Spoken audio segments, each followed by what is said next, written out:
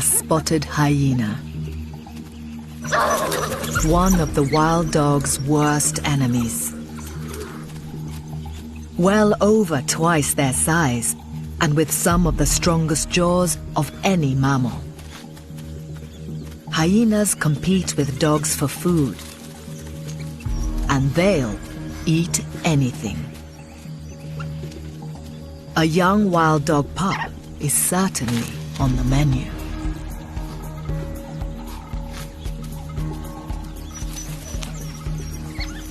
This time, the whole Mopane pack has caught wind of the danger.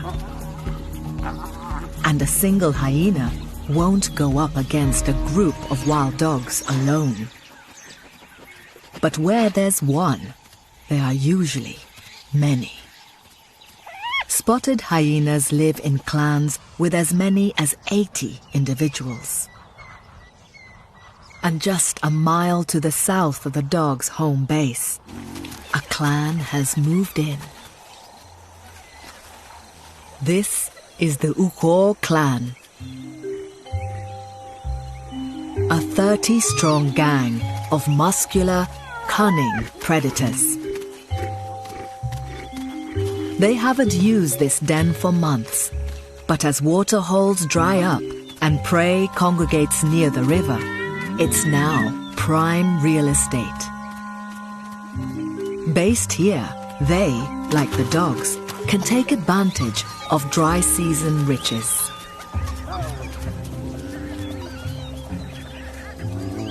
But life in the hyena clan is very different from that in the dog pack. Here, there is none of the unity of the dogs. It's every hyena for itself. The Uko clan is made up of several distinct families, organized into a strict hierarchy. But even the lowest status females outrank all males. And the supreme leader is a big matriarch. She rules with an iron paw. Life's good for those at the top. First dibs on any kills and the comfiest dens. Those at the bottom of the heap survive on scraps and sleep outside.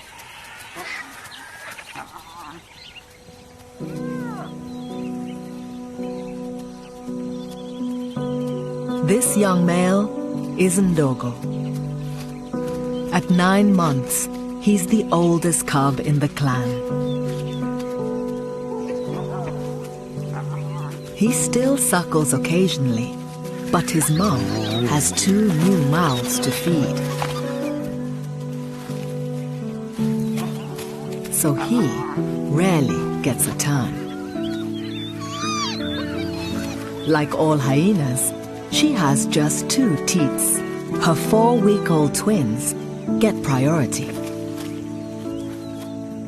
Her milk has the highest protein and fat content of any land carnivore and helps her cubs grow at a phenomenal rate. A month from now, they'll be almost double in size. Ndogo's mother is low-ranking, so his life's never been easy. Even so, it's soon to get a whole lot worse. Up till now, his mother has made sure her firstborn son gets meat from her kills and protects him as best she can in clan squabbles. But he's really big enough to brave the complex world of hyena politics alone. Soon, his mother will stop indulging him, and he'll be treated like the other males in the clan, the dregs of hyena society. Ndogo is going to have to sort out his own status. When he reaches sexual maturity in a year or so, he'll be forced to leave this clan for good.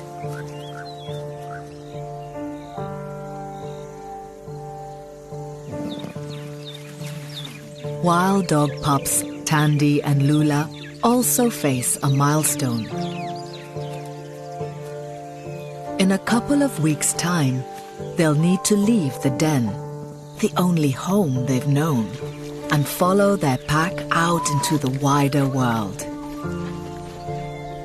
Dogs roam over very large distances, only settling for 3 months of the year while they rear pups. Tandy, Lula, and their brothers will need to be strong enough and savvy enough to keep up with the adults. Growing fast, they need more meat than ever. They're always hungry. But as usual, they're in the care of a couple of babysitters, waiting for the hunters to return.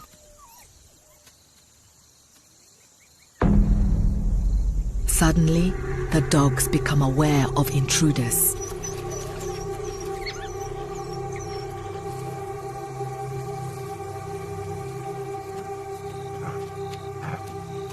This time, it's wildebeest. Not predators, but prey. It would take a lot more than 2 dogs to bring down a 500-pound quarry like this. But the guards can't resist sizing up a potential meal. From the safety of the bushes, the pups watch intently. This is a good opportunity to observe the adults at work. The wildebeest are nervous. They've had run-ins with wild dogs before, and it rarely ends well for them. It's a tense standoff.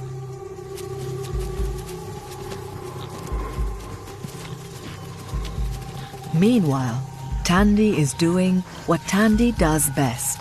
She's exploring, off on her own, completely unaware of the volatile situation, only 30 yards away. If the herd were to get spooked and stampede, she could easily be caught in their path and trampled. The wildebeest make a move, but it's in the opposite direction. And the dogs let them go. Still oblivious to the danger she was in, Tandy continues her exploration. She was lucky this time.